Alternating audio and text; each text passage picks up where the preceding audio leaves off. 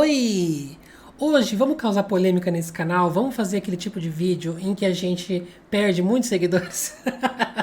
Hoje eu vou falar sobre os livros que mais me decepcionaram em 12 anos como leitor, 12 anos que eu faço conteúdo aqui pra internet, no canal, que é na verdade quando mais ou menos eu comecei a ler bastante de fato. Antes de eu criar o canal eu só pincelava aqui e ali, eu também não tinha controle muito das minhas leituras. Então, vamos contar a partir da data que eu comecei o Geek Freak. E eu preparei uma lista aqui com, acho que são 30 títulos, eu vou passar comentando sobre cada um. E assim, eu não vou necessariamente falar de livros que eu odiei horrores, que taca fogo, o pior livro que eu já li na minha vida. Mas eu quero falar sobre livros em que eu tinha uma expectativa muito alta de gostar daquele livro, ou tinha ouvido falar coisas que me criaram certas noções, ideias do que o livro seria. Eu já fui esperando alguma coisa específica, ou um livro que eu simplesmente queria muito ler, mas chegou na hora, não funcionou pra mim, eu não consegui me conectar, a escrita não fluiu. Enfim, eu vou falando sobre cada caso aqui em específico, mas então vocês vão poder notar que não vão ter alguns títulos que eu odiei muito, mas porque tem alguns títulos que eu já não fui esperando muita coisa. Esses aqui eu fui esperando pelo menos curtir, né? Então por isso que eles me decepcionaram. Gente, antes da gente começar, deixa o seu like, se inscreve no canal se você ainda não for inscrito, dá o teu hype no meu vídeo aqui se você puder, se você ainda tem o hypezinho da semana, o YouTube acho que ele libera 2 a 3 hypes por semana, que isso super ajuda o vídeo a ser entregue para mais pessoas, você super ajuda o meu canal também, beleza?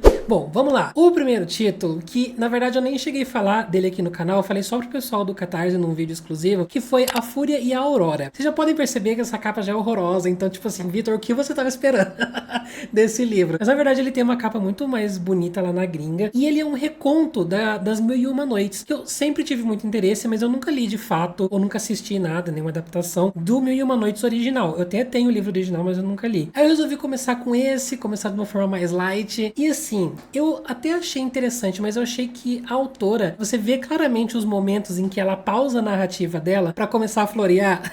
Então ela tá lá, tipo, fazendo uma história bem simplória, bem, tipo, direto ao ponto. Aí ela percebe, ai meu Deus, eu vou descrever um cenário aqui agora. Aí ela para e tem 2 parágrafos, assim, falando dos perfumes e da seda. E isso não parece muito natural. Eu também não consegui me importar muito com esses personagens. Eu achei eles personagens bem engessados. A história tem certos elementos ali que elas pedem um pouquinho de contexto, principalmente porque talvez tenha alguma coisa mágica rolando ali, mas até o motivo, se você não conhece a história do Mil e Uma Noites, é um cara que toda noite ele mata uma mulher, né? A mulher com que ele se casa lá. E aqui tem um motivo específico pra isso que só vai ser revelado lá no final. Mas a forma como ele faz, ele pede esse contexto, ele pede que isso seja pelo menos dado algumas diquinhas antes. Então eu fiquei perdido na história e por causa disso eu também não consegui me importar muito com o que estava acontecendo. Muito triste, porque eu queria muito ter amado esse livro. O próximo é A Verdade sobre o Caso Harry Cabert. Esse autor tem vários livros aqui publicados pela Intrínseca, né? Eu sempre olhava as capas dele, achava muito bonita, sempre tive muita vontade de ler, me atraía bastante. Eu falava, nossa, eu vou esperar o momento certo, porque os livros são um pouquinho grandes, e eu vou me deliciar nesse autor, vai ser aquele thriller, aquele suspense. E são livros de suspense, investigação ali, mas esse aqui em específico me quebrou muito com o autor, já me deixou com muitos pés atrás, justamente pela forma como ele trabalhou certas temáticas. Aqui em específico, um cara já, um velho barbudo, vai ter um relacionamento com uma menininha lá, não lembro se é adolescente, se é 12, 13 anos, não lembro a idade da menina, e ele não lida muito bem com esse assunto. Eu só vou deixar assim a informação. Eu acho que ele passa muito pano, eu acho que muitas coisas que ele fala aqui são bem problemáticas. Fora que eu também não gostei muito da condução da história, eu achei simplesmente chatão mesmo, mas me decepcionou muito. Eu lembro que, assim, agora exatamente eu não consigo apontar os problemas exatos, mas eu lembro que tinham várias outras falas ali, homofóbicas, machistas, várias outras coisas bem tensas, e eu fiquei até surpreso quando li como as pessoas não estavam falando disso. Todo mundo elogiando esse livro e bem estranho, tá? Pra dizer o mínimo. Em seguida, a gente tem Amores Verdadeiros, da Taylor Jenkins Reid. Esse foi o meu primeiro livro da Taylor fora desse coisa do universo das pessoas famosas. Então eu não tinha tido nenhum outro contato com ela no romance, especificamente ali. E eu amava muito Taylor Jenkins Reid, eu já tinha lido nessa época o Daisy Jones, tinha lido o Evelyn Hugo. Eu não lembro se eu já tinha lido o Malibu Renasce, eu acho que talvez. E eu gostava muito. No geral, assim, era muito fã da autora. autora. Esse aqui, não, eu não sei se por causa do romance, eu não sei se tava coração peludo. Eu lembro que eu encasquetei com a protagonista, porque é sobre um cara que ela era casada com esse cara, ele desaparece por muitos anos, depois ele volta, ela achava que ele tava morto e tudo mais. E, na verdade, ele não tava. E nesse meio tempo, ela também já acabou ficando com outro rapaz. Ele volta no tempo, conta sobre a relação dos dois. Eu lembro que essa parte que volta no tempo eu achei, nossa, muito ruim. Os primeiros momentos ali do casal, né? Eles se descobrindo, se conhecendo. Mas eu achei ela muito bota casaco, tira casaco. Tem algumas atitudes da protagonista que eu virava muito o olho, principalmente ali na metade, quando ela tem esse contato anos depois com o marido antigo dela. E fico, não sei com... Sabe, Dona Flor e seus dois maridos, não sei com quem que eu fico. Isso acabou me irritando um pouco. Eu não gostei da forma como foi executado em si a ideia. A ideia é muito legal, mas eu não sou muito fã da forma como a Taylor Jenkins Reid fez. Infelizmente não funcionou pra mim. Fiquei muito triste, porque esse é um dos romances que todo mundo ama dela, né? Mas pra mim não deu certo. Bom, agora vamos para O Reformatório Níquel. Esse aqui, ele é uma novelização ali baseada em fatos reais. Esse aqui em específico, eu senti muita dificuldade em me comprometer com o texto. Eu achei a escrita do autor um pouco distante, um pouco fria, um pouco tipo, a história tem momentos que ela requer certos sentimentos. Eu não senti que o autor trouxe esses sentimentos, então eu sempre ficava muito alheio ao que estava sendo contado ali. É tudo um pouco truncado, sem emoção. Mais uma vez, aquela coisa do distante. Eu não tenho muitas lembranças da história em si, porque eu sentia que eu estava lendo um documentário, uma biografia, sendo que tudo bem se essa fosse a proposta, mas nesse caso em específico não era a proposta do livro. Aqui foi muito da minha expectativa, tá? Porque a forma de contar não bateu a forma que eu gostaria que a história fosse contada, sabe? Então é muito mais a minha culpa do que qualquer outra coisa, mas baseado no que eu tava esperando e o que eu queria desse livro, infelizmente foi uma decepção. Tinha um livro que ele era super falado lá na gringa, nos TikTok da vida, aí ele chegou aqui pro Brasil, também causou bastante burburinho, que é o Sociedade de Atlas. Eu inclusive fui louco na editora, na Intrínseca, né? Fechei ação com eles, depois eu tive que cancelar porque eu não gostei do livro, mas eu tava super empolgado, ia fazer um vídeo específico sobre esse livro, ia fazer outras coisas, porque ele é um Dark Academia, com toda essa coisa de personagens ricos e pretensiosos, que feito da forma correta, funciona, fica muito legal. E aqui, de fato, ela tem esse tipo de personagem. Eu acho que o que não funcionou foi a forma como ela construiu o universo dela, porque esse universo, você percebe ali dicas de que ele tem elementos mágicos. Eu acho que ela não constrói esses elementos mágicos da melhor forma possível. A introdução para o universo da autora não é muito convidativo. Você já entra meio parecendo que você não é muito bem-vindo ali no livro, sabe? Eu não sei explicar. E eu também lembro que eu achei é um livro muito palavrudo. Ela falava e falava, era palavras e palavras, quando você ia ver, não tinha tido muito conteúdo. Você só tinha lido parágrafos e parágrafos de vários nada. Eu até disse, na verdade, que eu tinha muito interesse na autora, porque você via indícios ali de uma escrita um pouco amadora, eu consegui enxergar esse potencial nela pra mais, sabe, pra outras coisas. E tanto que saíram outros trabalhos dela, eu tenho outros livros dessa autora, eu não abandonei ela completamente, porque eu realmente enxerguei que com o trabalho certo ali em conjunto com o editor e tal, talvez funcionaria melhor. Eu parei essa leitura em específico ali nos 30%, eu nem cheguei a terminar, na real, quando eu percebi que os personagens ali já estavam juntos num lugar, super tendo interações entre eles, e eu não conhecia essas pessoas, eu não sabia onde eles estavam, eu não sabia o que estava acontecendo. Mais uma vez, aquela sensação de que ela falou, mas não falou.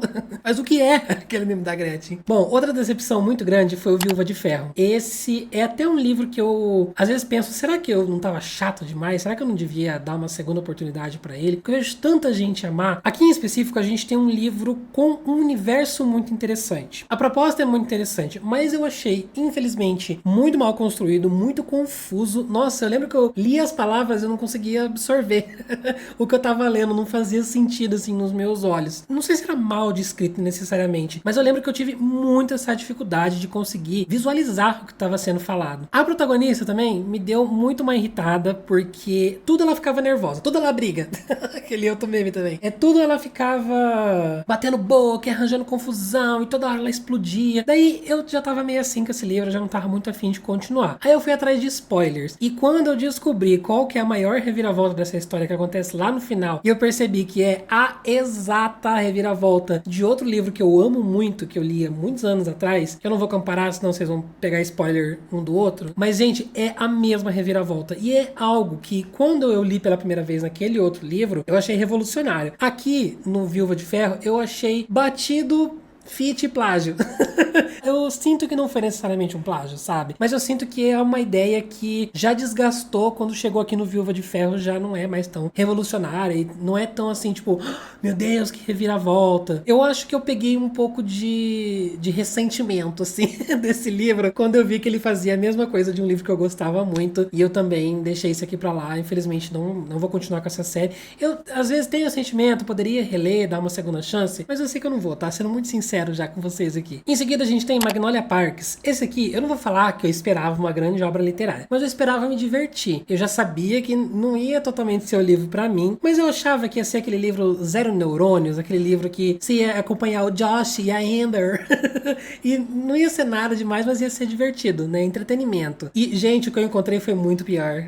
Nossa, esse eu acho que é um dos piores livros que eu já li na minha vida. Os personagens são extremamente problemáticos, caricatos, eles são muito mimados, assim, tipo, tem umas atitudes de menina rica de iPhone, sabe, que não dá pra engolir. É todo mundo muito tóxico um com o outro, o que é um pouco a intenção da história, mas, ai, nossa, não me desceu. Intragável. O próximo livro, infelizmente, muito triste dele estar aqui nessa lista, mas é o Procurando Jane. Eu tenho pessoas que vão se assustar dele estar nessa lista aqui agora, principalmente lá do Catarse, mas o Procurando Jane, ele é um livro que ele tem essa camada onde ele promete um assunto sobre aborto, mas ele vai falar muito mais, eu acho que tem muito mais peso na história, a questão da maternidade no geral, que é uma temática que vocês sabem que eu amo. Amo livros sobre maternidade, mesmo não sendo uma mãe, aqueles. Mas eu acho que o tom da escrita que a autora trouxe aqui não combinou com o estilo de história que ela estava contando. Tem momentos que a história é muito bobinha, bonitinha, para um assunto pesado, sabe? E isso me causou um estranhamento, me causou também aquela distância. Eu achei ela, no geral, bem engessada. O livro, ele tem aquele câncer dos livros, que é pontos de vista diferentes e pontos de vista em específico que quando chega você fica, ai meu Deus, não queria voltar a ler esse ponto, eu queria continuar no outro. Então quando você começa a perceber que você tá criando um tipo de bloqueio, um tipo de ranço ali em específico por um dos pontos de vista da história, o livro não passa a ser a mesma coisa, sabe? Foi aqui, eu não consegui aproveitar, porque toda vez ficava nessa troca e eu ficava cansado. Em seguida a gente tem os Superstars da Cadeia. Esse é um livro que eu levei comigo numas férias que eu fiz lá no Nordeste.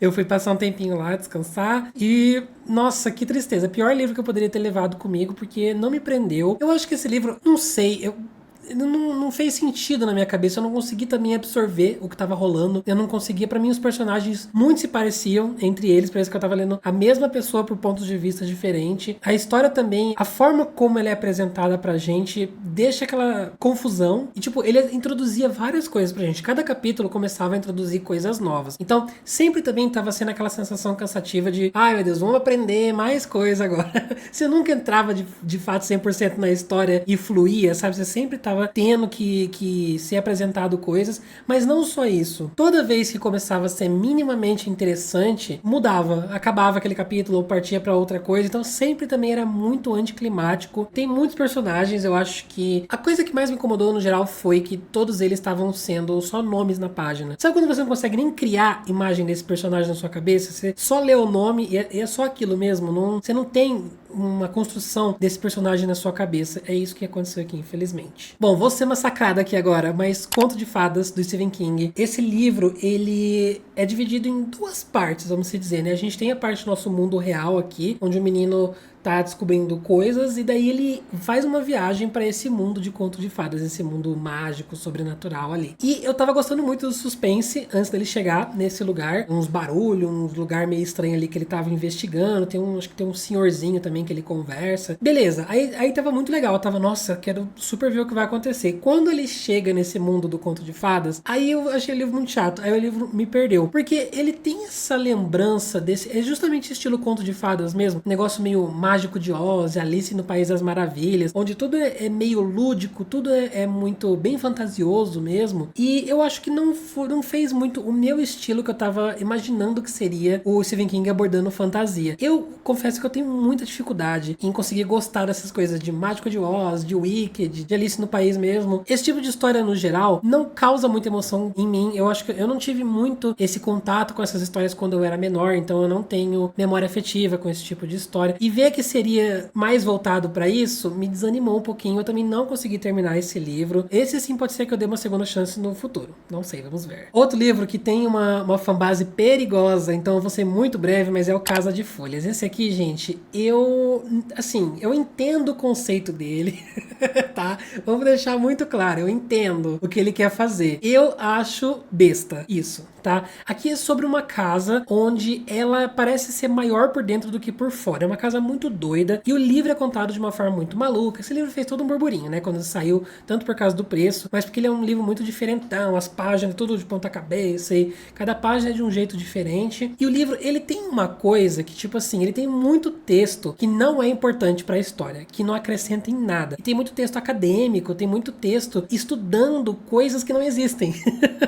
E justamente isso dizem, né, as pessoas, que é pra justamente criar essa sensação de torpor enquanto você tá lendo, pra você entrar mais na história também, né, pra criar a vibe ali. Enfim, tem várias explicações do porquê o autor fez isso. Eu, particularmente na minha experiência de leitura, achei muito desnecessário você ter que ler algo que não vai acrescentar nada, algo que não vai ter importância pra história simplesmente pelas vibes. Eu não gosto muito de ler livro só pela vibe, gente. Então, eu fiquei muito decepcionado, eu fiquei muito cansado, assim, eu tava lendo, até que empolgado, tava legal, mais ou menos também, porque o personagem, o protagonista, ali é um pouquinho intragável, mas quando começou esse monte de texto, gente, eu prefiro sentar e ler um texto de física, de química, que vai me acrescentar mais do que ficar lendo lorota, sabe? Então, pra mim, não deu certo. Eu mantive esse livro porque ele foi caro um dia, ele vai valer R$ 700, eu vou vender na estante virtual.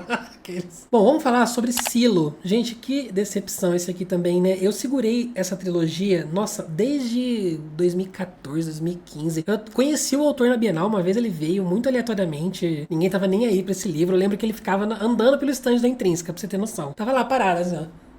Aí eu sabia que ia ser uma distopia, o que eu amo demais. Eu tava guardando, sabe, pra aquele momento que eu quisesse ler distopia. E o conceito dele é muito legal, que a humanidade, tudo lá acabou, né? E eles vivem dentro desses silos, que são lugares gigantescos aí com centenas de andares. Nos andares de cima ficam as pessoas mais, tipo, a prefeita, os policiais. E quanto mais vai descendo, mais vai sendo, tipo, a ralé, assim, sabe? Só que eu achei também outro livro com execução que não funcionou. Um livro que se arrasta demais, que ele demora pra pegar no tranco. Ele começa de um jeito muito interessante, mas depois ele vai ficando, nossa, muito chato, muito entediante mesmo. Aí eu assisti a série, eu já comentei isso com vocês, né? A série é maravilhosa, espetacular. Por quê? Tudo que é chato no livro, todos os momentos em que o livro tá um porre, a série inventou alguma coisinha ali pra deixar interessante. Então parece que justamente o roteiro ali, ele percebeu que esses momentos seriam chatos e deixou um pouquinho com mais movimento, com mais coisas acontecendo. Muito triste, tá? Porque é uma história maravilhosa, mas eu recomendo vocês conhecerem ela através da série mesmo, da Apple TV. É perfeita. Sério mesmo. Ai, meu Deus, eu tô até com medo de falar desse próximo aqui. Vamos lá. Amiga Genial. Na verdade, eu não tenho muito o que dizer, não. Eu tinha imagens desse livro na minha cabeça, sempre tive muita vontade de ler, e eu não me conectei com o estilo da escrita da Helena Ferrante. Já é o segundo livro dela que eu li, né, quando eu li esse, e eu percebi que ela não é pra mim. O estilo dela, eu sei que funciona com muita gente. Eu conheço muita gente que ama a história contada dessa forma. Pra mim, eu detesto. Aqui a gente tem essas duas personagens ali que são amigas, que inclusive é uma amizade muito estranha, que eu não consegui entender o conceito dessa amizade delas, né? São personagens muito esquisitas, mas a minha maior sensação lendo esse livro, que mais me deixou bolado, é que parecia que eu tava vendo personagens à distância. Tipo, eu não tava ali junto com eles, na casa delas, ali vivendo a vida na cidade delas. Eu tava assistindo uma peça de teatro, eu tava vendo algo que tava em cima de um palco e eu tava sentado aqui somente assistindo essa história acontecer. E eu gostaria de ter vivenciado ela. E ficar distante, assim, obviamente me deixou distante de absolutamente tudo. Dos personagens, da história, dos acontecimentos, de tudo. Foi muito cansativo. Eu até tentei, gente, com todas as minhas forças entrar e conseguir aproveitar, mas em momento algum chegou essa sensação de aproveitamento. Vamos falar do James também, que é outro aí que eu tinha... Nossa, esse vocês sabem que essa foi a cara no chão do ZF, hein? Eu tinha muita expectativa pra esse livro. Tava super esperando ele chegar aqui no Brasil. É um reconto de Huckleberry Finn. Eu acho que a grande questão desse livro é que o Huckleberry Finn é um livro infanto-juvenil, né? Infantil, sei lá. E como ele é um reconto, ele segue os acontecimentos e a história do clássico original. Só que como reconto, então, por causa desses acontecimentos, eu achei que a trama no geral, o enredo, o plot ali, foi bem bobinho, foi meio desenho animado, assim, eles encontravam os personagens picaretas, que eles entravam em apuros, sabe, os negócios meio assim. Também o livro é contado em primeira pessoa e o protagonista, ele é um escravo. E é uma pessoa muito interessante, esse protagonista é muito interessante. Só que em vez da gente estar na cabeça dele e conhecer os pensamentos dele, o livro também só tem diálogo, aí você nunca de fato sabe muito bem o que ele tá pensando, você não tem essa construção do íntimo desse personagem. Então eu queria que esse livro tivesse sido muito, muito, muito mais. Bom, esse ano, já não lembro mais se foi esse ano, acho que foi, eu li o Battle Royale, que também eu tava guardando há muitos anos na minha estante, sempre com aquela conversinha, né, de é o verdadeiro Jogos Vorazes e tal. E realmente é, né, gente, não tem como a gente negar que o conceito ali desses jovens jogados numa arena e apenas um deve sobreviver, tarará. Só que aqui a gente entende de priori que isso é uma coisa do governo, e o governo também tá um governo meio distópico, mas a gente nunca tem o vislumbre desse governo, a gente nunca sabe nada sobre esse governo, Malemar sabe um pouquinho das motivações disso tá ali acontecendo, então já começou aí, que eu fiquei incomodado que a gente não tem esse plano de fundo, a gente não tem esse backstory do negócio no geral, né? Aí os personagens começam a se matar, a gente tem um capítulo onde fala sobre toda a vida daquele personagem, para no final o personagem morrer, e ele repete esse padrão, esse ciclo, conta, apresenta alguém pra gente para mostrar aquela pessoa morrendo. E basicamente isso. Então, eu parei de me importar com essas pessoas quando eu vi que pra que eu ia querer saber sobre elas, sendo que daqui a pouco ela ia morrer horrorosamente. As mortes são legais, aqueles. As mortes são, tipo assim, diferentes, né? O autor faz de uma forma meio violenta ali e é interessante, querendo ou não, né? A gente gosta de ver essas coisas. Mas eu acho que por causa de todos esses fatores, eu também não criei nenhuma conexão com ninguém. Ele tem uns relacionamentos ali entre uns personagens que pra mim não fez sentido nenhum. Eu lembro de cenas específicas, tipo a cena do farol, sabe? Que se você já leu, você sabe qual cena que é. Cenas que são bem chocantes, bem marcantes visualmente. Mas fora isso, eu não consigo lembrar o mínimo, assim, de ninguém específico. Pra mim eram bonequinhos fazendo as coisas, não eram pessoas. Eu não conseguia visualizar essas pessoas. Outro livro antigão também, eu vou começar a dar embora todos os meus livros antigos, porque... Talvez o Vitor do passado gostaria, mas sei lá, eu tô me decepcionando muito com essas leituras desses livros de 2013 que eu tenho na minha estante, mas o filme é Noturno. Esse é um livro de thriller policial, ele é bem grande e ele é cheio de coisas ali no meio, tem recorte de jornal, sabe, fotos e tal, e é sobre um diretor de filmes muito sombrio, muito misterioso. Toda a temática desse livro é legal. Você folheia esse livro, você ouve a sinopse desse livro, você fica babando pra ler. Gente, que tristeza quando você de fato começa a ler. Um protagonista inútil, burro, não serve pra nada. Ele chega nas pessoas, as pessoas confiam nele em 5 segundos, as pessoas já soltam todas as informações. Sabe quando parece meio artificial? Tipo, a autora precisa que aquela informação surja na história, então ela vai fazer surgir de qualquer forma, independente, haja o que hajar. Ela vai fazer alguém soltar essa informação de uma forma muito não natural. E o livro é basicamente isso também, sabe? Ele vai de ponto A a ponto B, chega no ponto B, descobre alguma coisa, vai pro ponto C, descobre alguma coisa, vai pro ponto D. Fica pingando pra cima e pra baixo. É um livro extenso sem necessidade, porque não tem tudo isso de trama, muita enrolação, muito esse cara não presta pra nada, tentando descobrir essas informações. O mistério em si é legal, mas a autora te perde no cansaço. Eu tô vendo aqui meu roteiro que eu escrevi sobre esse livro, né? E eu escrevi em caps lock, revoltadíssimo. Todo mundo conta tudo pra ele sempre. E 1000 exclamações. Vocês podem ver que eu tava realmente revoltado com isso, sabe? De tudo ser entregue de bandeja pro protagonista. Agora a gente precisa, não existe esse vídeo se não tiver o jogador número 2, né, gente? Vamos falar a verdade aqui. Ernest Cline morreu, porque ele publicou o jogador número 1 e foi perfeito, maravilhoso, sucesso, todo mundo amou, teve filme, Steven Spielberg, blá, blá, blá, explosões. Aí ele me lançou aquele Armada, que também é uma porcaria, também é um outro livro com um plot muito parecido com Viúva de Ferro e com aquele outro livro lá. Beleza, já foi ruim por si só, foi um 3,5 ali. Aí ele resolveu continuar, quando não precisa. Pra quê? Pra quê, eu te pergunto? O livro 1 tava perfeito, tava fechado, bonitinho. Gente do céu, que porcaria que é esse jogador número 2. Primeiro que o protagonista vai passar tudo de novo por um joguinho de caçar coisas, né? Essa caça ao tesouro nesse universo virtual. Só que estendido umas 3 vezes mais. Tipo, no livro principal, acho que são 3 chaves, 4 chaves que ele precisa completar. Aqui já são, tipo, 8 não sei o que diamantes. Eu não lembro agora, tá? Os detalhes. Mas é uma aventura bem mais extensa, tem muita referência de anos 70, anos 80. No primeiro livro já beira o tá bom, né? Já deu, beleza, obrigado. Nada. E aqui, já nesse aqui, ele exagera demais. Nossa, ele coloca referência pra tudo quanto é lado. Aí ele resolve fazer, tipo, o Twitter vai gostar. Começa a colocar, tipo, tem uma personagem trans, se eu não me engano. Ele não trabalha isso de uma forma boa. Tá? É desconfortável a forma como ele trabalha essas coisas. Não funcionou esse livro no geral. Gente, é muito ruim mesmo. É decepcionante. E eu nunca mais vi o Ernest Cline publicar nada. Depois, não sei se ele tá escrevendo alguma coisa. Sei lá. Gente, outra continuação, nesse caso, originalmente era uma trilogia, né? E eu peguei essa trilogia pra ler de uma vez, assim, porque eu tava muito apaixonado. Ia sair série da HBO, que é da série Fronteiras do Universo. E eu estou falando da Luneta Amber, do terceiro e último volume dessa trilogia. Que despenca, gente. Infelizmente, eu acho que ele perde um rumo, ele perde a mão ali na história. Ele tem um final bem caótico. Ele é chatão, pra ser muito sincero. Os personagens, eles estão andando, estão indo pra um lugar lá, acho que estão passando por um deserto, nem lembro agora. E, tipo, nada muito acontece. Você começa a pescar quando você tá lendo, sabe? Aquele soninho, você lendo meio vesgo, assim, querendo dormir. Eu tava com medo quando isso fosse adaptado pra série. A série fez muito bem, tá? A série pegou tudo que ficava confuso, meio perdido, meio jogado, essa bagunça que o autor fez no terceiro livro, e deu uma arrumadinha. Fez de um jeito bom. Também é meio zona na série, porque, enfim, é o que o autor quis fazer, né? Mas eu acho que eles deram até uma consertada. Aqui foi muita decepção. Acho que eu, tipo, amei o primeiro e o segundo livro. Esse aqui eu dei 2 estrelas. Agora, um outro livro que ele me decepcionou, porque eu esperava muito amar, só que eu ainda vou dar uma nova oportunidade, porque eu acho que tem muito a ver com a minha cabeça na hora que não tava boa pra absorver o livro.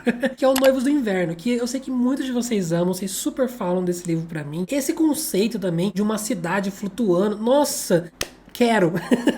Eu amo esse tipo de história, amo demais, assim, é uma das coisas que eu mais gosto. Só que aqui, eu não sei também se foi a tradução, porque esse livro ele é traduzido do francês, eu acho, não sei. Ele tem uma atmosfera muito interessante, ele tem conceitos muito legais, mas eu senti que ele vai dando, tipo, pequenos vislumbres pra gente e você vê tudo meio que embaçado. Mais uma vez, essa sensação de estar assistindo embaçado a história acontecer pode ter sido a dureza da tradução, a truncagem ali do texto, mas eu não sei, talvez teria que comparar. Não leio francês, italiano, sei lá qual é a língua original desse livro, não leio no original, mas eu poderia pelo menos comparar às vezes com inglês, sei lá, com outra língua, pra ver se foi esse o problema. Mas eu acho que assim, a sensação é que o livro apresentava coisas pra gente que a autora sabia daquelas coisas, era pra gente saber também, mas ela nunca contou pra gente.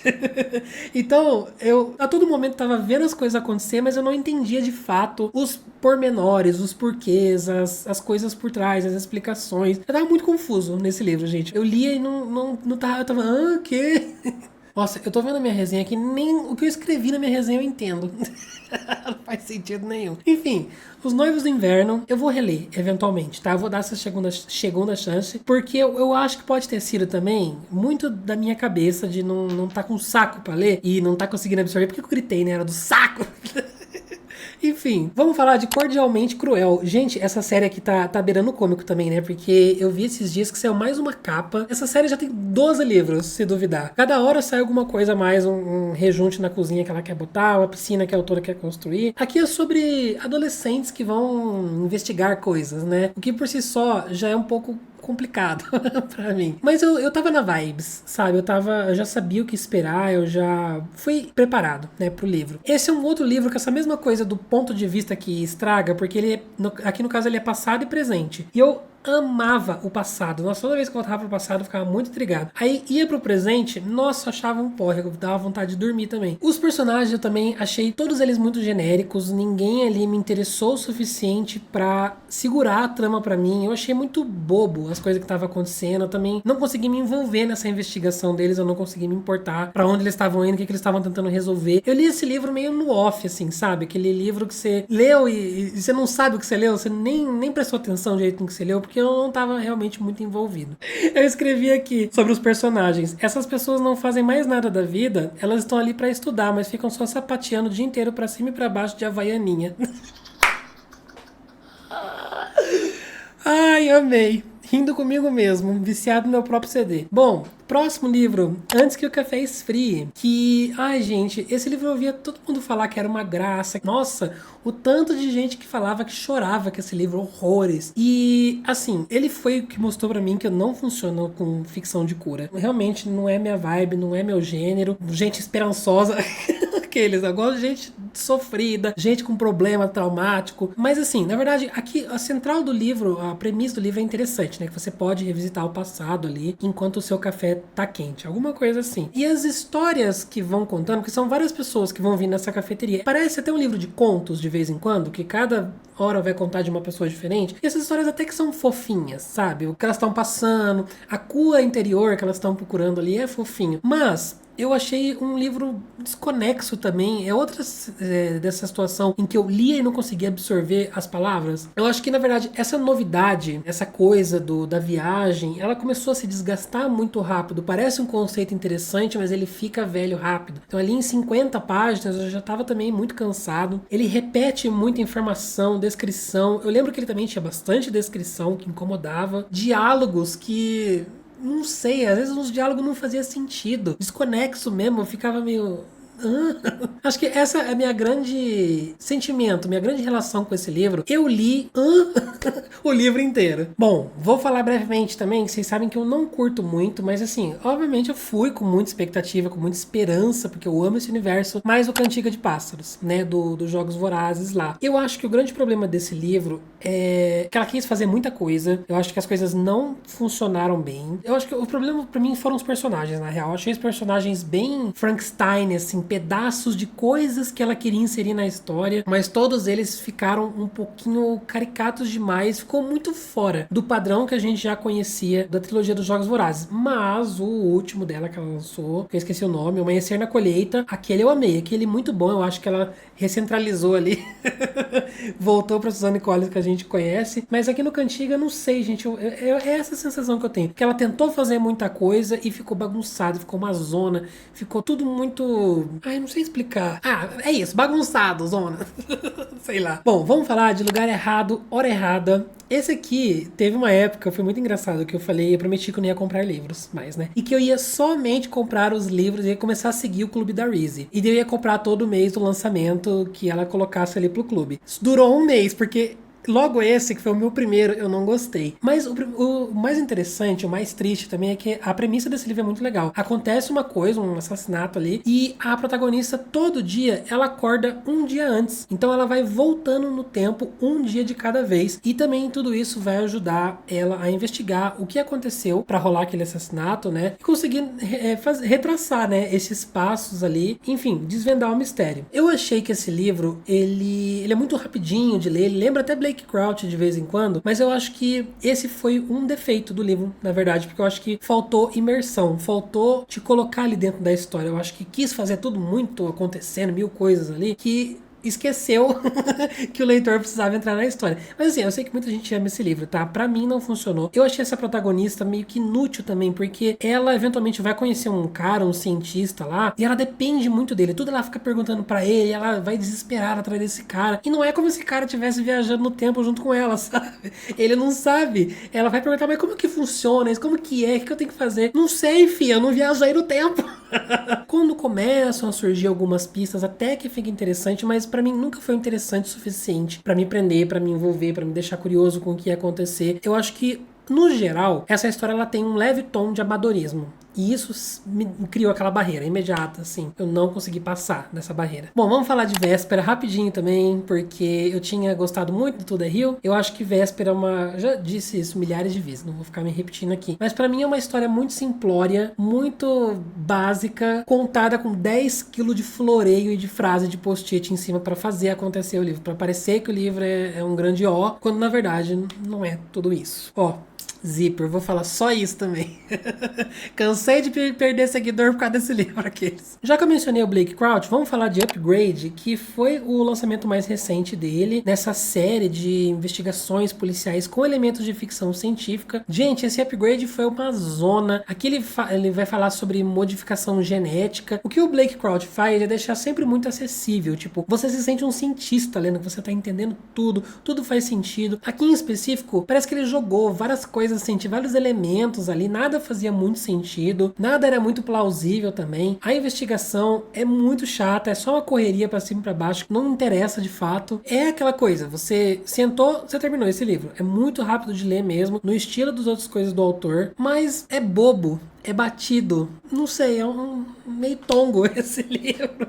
Não entendi o conceito, não entendi o que ele quis fazer aqui. Não me pegou, não me interessou. Até o conceito científico, que na verdade é sempre o tchan, que te deixa muito intrigado na história, aqui também foi qualquer coisa. Eu tenho um pra falar que eu coloquei nessa lista, mas gente, eu não lembro nada desse livro. Eu só lembro que pra mim não funcionou, que eu queria muito gostar e que todo mundo ama, mas eu não curti Jurassic Park. Eu lembro que chega em certo momento que começa, vamos fugir, os dinossauros, pra lá e pra cá.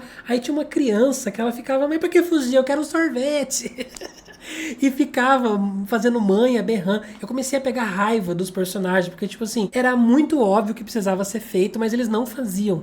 Eles ficavam, uma bagunça ali também. E eu só lembro dessa sensação, de ficar com muita raiva nos últimos 30% do livro. Eu tava amando o livro, mas aí ele, nossa, despencou pra mim. Eu acho que eu também dei umas 2 estrelas. Eu preciso muito reler Jurassic Park, porque depois eu li um outro livro do autor, que é da capa verde, da Aleph, que eu não vou lembrar o nome agora, que é sobre um vírus que se alastra lá também, que é muito legal. Aquele lá eu gostei. Então eu acho que eu gosto do autor. Eu só, às vezes eu tava de saco cheio também quando eu fui ler, e descontei nos personagens. Pode ter acontecido. Bom, gente, A Casa da Escuridão Eterna, do Riley Sager. Esse foi decepcionante, hein? Esse eu quis chorar. Na verdade, esse livro não foi ruim. Tá? O que acontece? Eu li o Família Hope lá, Mansão Hope, e eu amei, né? Vocês sabem que eu sou o maior advogado desse livro nas redes sociais. Aí, esse aqui também tinha uma premissa de casa misteriosa, o que eu gosto muito. Adoro gente que tá sozinha em casa ouvindo barulho, ouvindo móvel andar sozinho, vitrola tocar sozinho. Adoro esse conceito de casa meio assombrada. Aqui acontece também essa coisa do ponto de vista. Ele tem trechos no presente que são meio monótonos e ele tem uns trechos de um diário, né, que vai contar o passado. Esses trechos do diário são muito legais porque tem muitas cenas que parece Invocação do Mal. É aquela coisa de um bicho em cima do armário, o lenço do varal voando sozinho e parando no formato de uma pessoa. Sabe, uns negócios meio bizarro mesmo, assim? Só que aqui ao mesmo tempo, toda hora você sente aquela coisinha de que existem explicações humanas, naturais por trás. Então você nunca fica 100% com aquela dúvida, será que é espírito mesmo? Será que é gente fazendo isso? Sempre causa essa sensação de que você meio que já sabe o que vai ser lá no final. E ele tem aquela coisa de 1 milhão de reviravoltas no último segundo. E aqui especificamente, eu achei as reviravoltas muito toscas.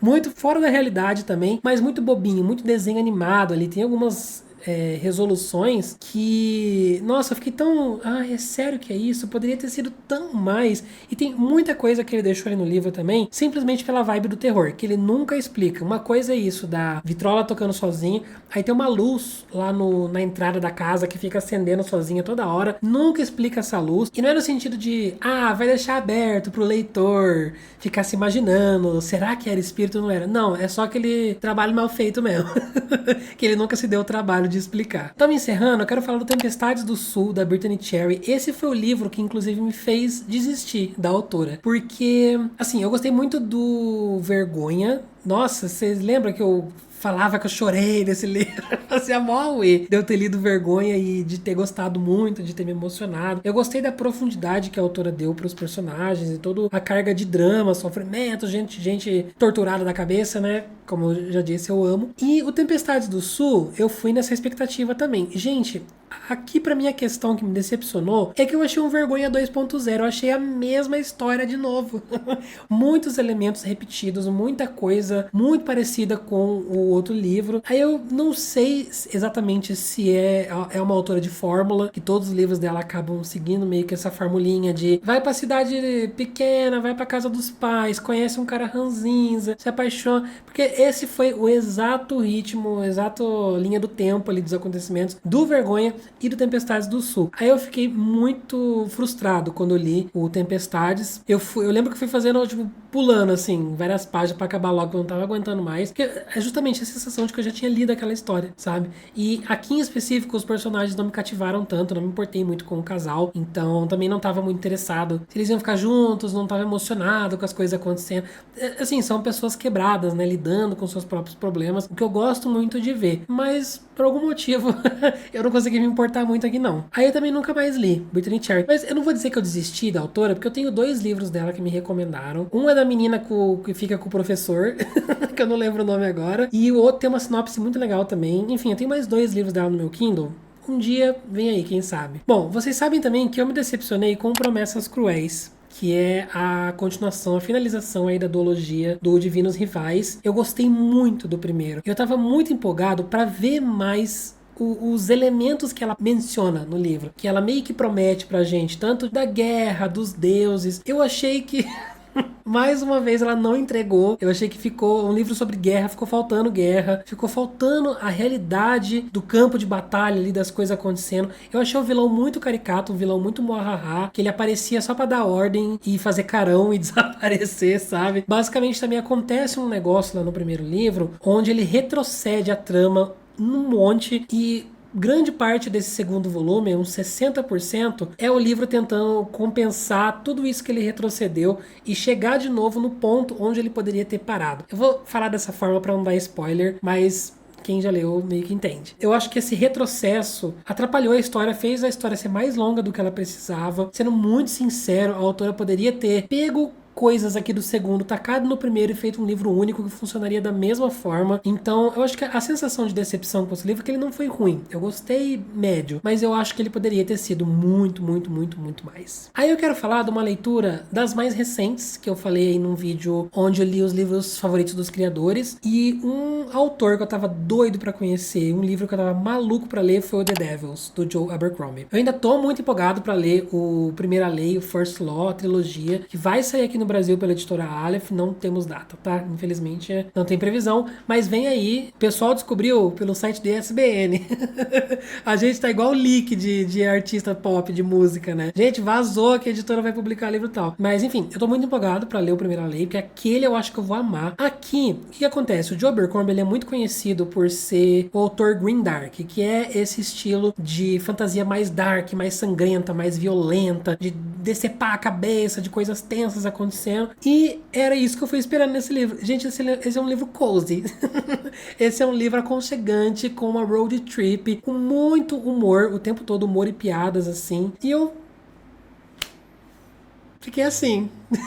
Sabe aquele que o pessoal tem comentado nos vídeos do TikTok, o menininho que ele tá assim? Eu fiquei assim, né? Nesse livro eu não entendi. Eu achei que a road trip foi muito também indo de ponto A, ponto B a ponto C, passando por peripécias e coisas ali. Os personagens são muito legais, são bem diferentes, são meio exóticos, assim, os personagens meio doidão. Mas eu acho que cansou muito rápido. O senso de humor também, ele é... Nossa, toda hora ele mete alguma piadinha, sabe? E isso também, depois da página 100, perde o brilho, perde o encanto. Começa a ficar cansativo. Eu amei no começo. Assim, eu gostei muito do estilo de escrita do autor, mas eu acho que ele pesou muito a mão em certos elementos que tinha uma hora que meio que dava pra parar e seguir a história de uma forma um pouquinho mais sóbria, um pouquinho mais séria. Não totalmente toda a história, mas pra ter um balanço melhor, sabe? Eu acho que aqui faltou esse balanço. Ele tem muito exagero em certas coisas, certos elementos que acabam cansando o leitor. Aí eu coloquei só pra gente terminar num tom meio divertido. Mas eu juro pra vocês que eu tinha expectativa pra esse livro. Eu criei expectativas pra ler O Milagre da Manhã. Por quê? Chegou uma época aí da minha vida que eu tava muito obcecado com essa necessidade de melhorar minha rotina, né? De conseguir acordar cedo, lá. E eu via criadores de conteúdo falando sobre esse livro, compartilhando como mudou a vida, é o melhor livro do mundo, lá. E eu fui ler. Gente, que livro... Nossa, se eu encontro na rua eu atropelo, viu? O autor. Mas assim, é um livro, obviamente, tem dicas boas. Tem uma dica em específico que eu lembro até hoje e que toda vez que eu exercito essa coisa na minha cabeça, funciona. Só que assim, o livro ele já é curto, mas ele não tem muito conteúdo. Grande parte do livro é o cara vendendo o curso dele. Ah, então, você pode fazer isso aqui, isso aqui. Se você quiser saber mais, você pode entrar no meu site. Lá no meu site vai ter mais informações. A gente tem um grupo, a gente tem um Catarse.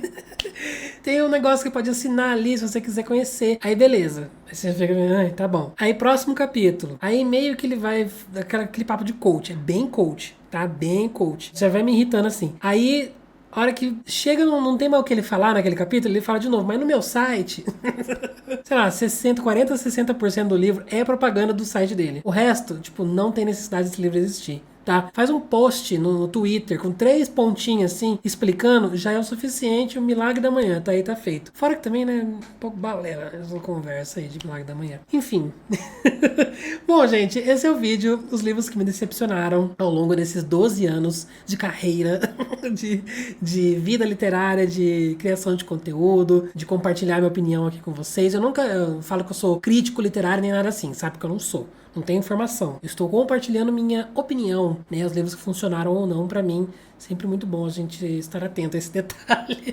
Tava até um debate essa semana, nas minúsculas causas da internet, sobre a coisa das pessoas darem opinião, né? De crítico, enfim. Obrigado por assistir esse vídeo até agora. Gente, use o meu link, tá? Sempre que você for comprar alguma coisa na Amazon, tem o meu link aqui na descrição pra vocês. Se vocês quiserem comprar livro, comprar geladeira, comprar um iPhone 17 Pro Max, compra no meu link, tá? Fica aqui embaixo pra vocês, você super me ajuda a ganhar uma pequena comissão ali da Amazon, ou você pode se tornar um membro, assinar o meu Catarse, onde a gente tem atividades muito legais, todos os meses a gente tem ali leituras conjuntas, tem o nosso grupinho no WhatsApp pra gente conversar, esse vídeo vai antecipado pro pessoal do Catarse, tem conteúdo extra, eu especificamente tô relendo Mistborn, mas tá rolando uma leitura de Mistborn coletiva, tá? Começou faz uma semana, e vai até novembro. Inclusive, se você quer participar, quer ler Mistborn pela primeira vez, quer conhecer o Brandon Sanderson, é o livro pelo qual eu recomendo vocês começarem, o autor. A gente também tá lendo Vilão Iniciante, que é um dos meus livros favoritos desse ano. Tá tendo muita leitura conjunta legal. Eu tô muito empolgado pra reler Mistborn com o pessoal. Então, fica o convite, se você quer participar com a gente, o link pra você assinar o meu Catarse tá aqui na descrição, você vai ser super bem-vindo. E é um pessoal muito bacana, todo dia a gente dá muita risada lá no grupo, os nossos papos, e você super me ajuda também, né, a continuar a sobreviver de YouTube. Mas, muito obrigado também se você assistiu esse vídeo até aqui. Eu vou ficando por aqui, a gente se vê no próximo. Um grande beijo pra vocês e tchau!